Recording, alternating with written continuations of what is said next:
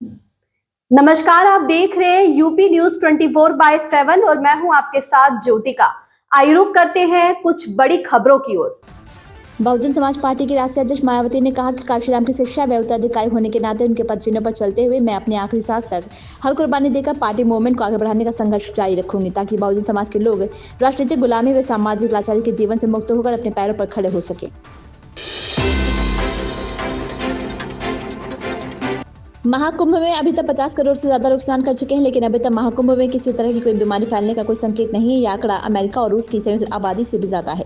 देश के विज्ञान मंत्री ने इसका श्रेय परमाणु प्रौद्योगिकी के चमत्कार को दिया है। केंद्रीय विज्ञान मंत्री डॉक्टर जितेंद्र सिंह ने कहा कि 50 करोड़ से अधिक श्रद्धालु पहले ही महाकुंभ में आ चुके हैं और फिर भी स्वच्छता संबंधी किसी दिक्कत या महामारी के खतरे का कोई संकेत नहीं है। उन्होंने रविवार को संगम में स्नान किया है।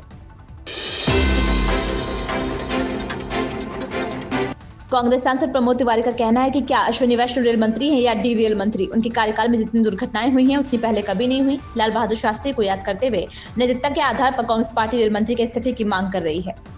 जुमदार कहते हैं कि रेल मंत्रालय जांच कर रहा है कि क्या यह फर्जी खबर फैलाई गई थी। क्या खबर फर्जी फैलाई गई थी?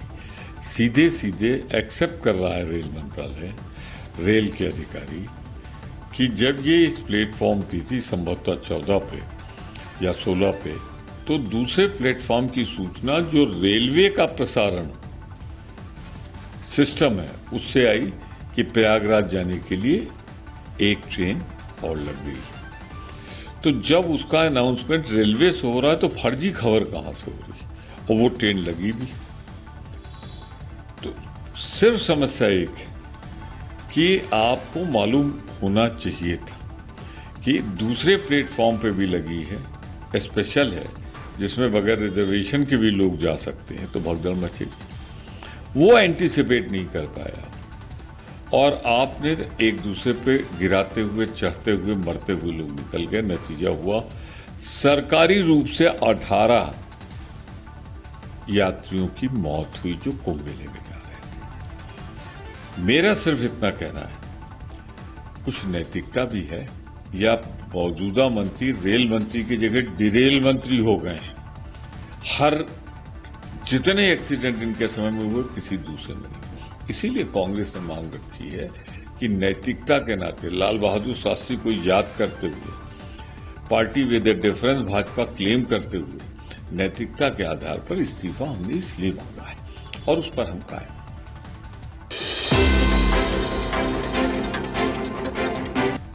सीएम शर्मा ने कहा, इस मुद्दे के व्यापक राष्ट्रीय सुरक्षा, विशेष रूप से असम के निहितार्थों को देखते हुए राज्य मंत्रिमंडल ने पुलिस महानिदेशक को भारतीय न्याय संहिता, बीएनएस और अन्य प्रासंगिक कानूनों के उचित प्रावधानों के तहत शेख के खिलाफ मामला दर्ज करने का निर्देश दिया है।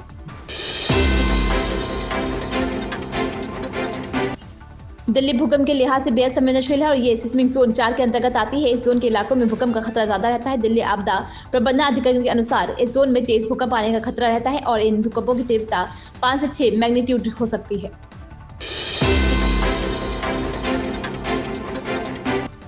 Congress overseas chief Sam Pitroda के बयान पर बीजेपी नेता सुधांशु त्रिवेदी का कहना है, सैम पित्रोदा ने खुलेआम कांग्रेस पार्टी के चीन के साथ समझौते का खुलासा किया है। गंभीर बात यह है कि सैम पित्रोदा ने जिस तरह की बात कही है वे भारत की अस्मिता, कूटनीति और संप्रभुता पर बहुत बड़ा गहरा आघात है। राहुल गांधी भी विदेश में इसी तरह के बयान कई बार दे चुके हैं। कुछ समय पहले अपने विदेशी दौरे पर उन्होंने कहा था कि चीन ने बेरोजगारी की समस्या को बहुत अच्छे से सुलझा लिया है।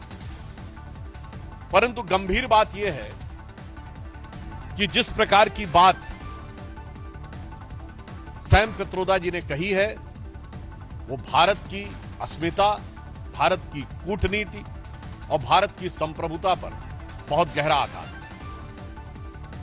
उन्होंने इस प्रकार की बात कही कि चीन के साथ तो किसी प्रकार का विवाद ही नहीं है, जैसे भारत ही अग्रेसर की भूमिका में, यानी आक्रामक मुद्रा लिए हुए, और ये कोई उनका अलग बयान नहीं है। नई दिल्ली रेलवे स्टेशन पर मसीह भद्दल को लेकर उद्योगपति आनंद महिंद्रा ने प्रतिक्रिया दी। उन्होंने इस घटना को एक राष्ट्रीय आपदा बताते हुए कहा कि दुनिया के सबसे अधिक आबादी वाले देश के रूप में और सबसे कम प्रति व्यक्ति आय वाले देश के रूप में एक ऐसे होने के नाते हमें सुरक्षा को एक राष्ट्रीय मिशन के रूप में गंभीरता से लेना चाहिए।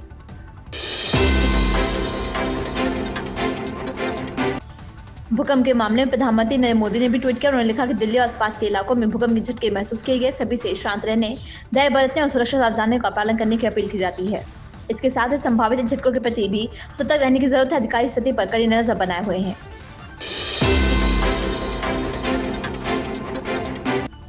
दिल्ली की कार्यवाहक सीएम और आप नेता आतिशी का कहना है कि मैं बीजेपी से पूछना चाहती हूं कि वे तय करें कि सरकार चला रहे हैं या नहीं। जब बिजली कटौती होती तो बीजेपी वाले कहते हैं कि आतिशी कार्यवाहक सीएम है, वे इसके लिए जिम्मेदार है, लेकिन जब मशीन यमुना में आती है तो वे कहते हैं कि बीजेपी और एलजी सरकार चला रहे हैं। उन्हें तय करना चाहिए कि वे सरकार चला रहे हैं या नहीं। मैं तो भारतीय जनता पार्टी से यही पूछना चाहूंगी कि वो तय कर ले कि वो सरकार चला रहे हैं या नहीं चला रहे हैं। जब दिल्ली में जगह जगह पावर कट होते हैं, जब उत्तम नगर, नवादा, संत नगर, बुराड़ी, त्रिलोकपुरी, संगम विहार, देवली में 3-3 घंटे, 4-4 घंटे बिजली जा रही है, तब भारतीय जनता पार्टी वाले कहते हैं नहीं नहीं नहीं, अभी तो आतिशी सीएम है, अभी तो केयरटेकर सीएम आतिशी है, वो जिम्मेदार है दिल्ली की बिजली व्यवस्था के लिए। राष्ट्रीय जनता दल के राष्ट्रीय अध्यक्ष, देश के भूतपूर्व रेल मंत्री और बिहार के भूतपूर्व लालू प्रसाद यादव बिहार विधानसभा चुनाव से पहले जून में 77 साल के हो जाएंगे। माना जाता है कि वे जब तक रहेंगे बिहार की राजनीति में धुरी बने रहेंगे। वे अपने बड़े बेटे को मंत्री और छोटे बेटे को उप मुख्यमंत्री बनवा चुके हैं, एक बार नहीं 2 बार। अब छोटे बेटे को मुख्यमंत्री की कुर्सी दिलाने की बात कह रहे हैं। इन खबरों में बस इतना ही। बने रहिए यूपी न्यूज 24/7 के साथ। अगर आपको ये खबर पसंद आई हो तो हमारे चैनल को लाइक, सब्सक्राइब और शेयर करें और हमें अपनी राय कमेंट में जरूर बताएं।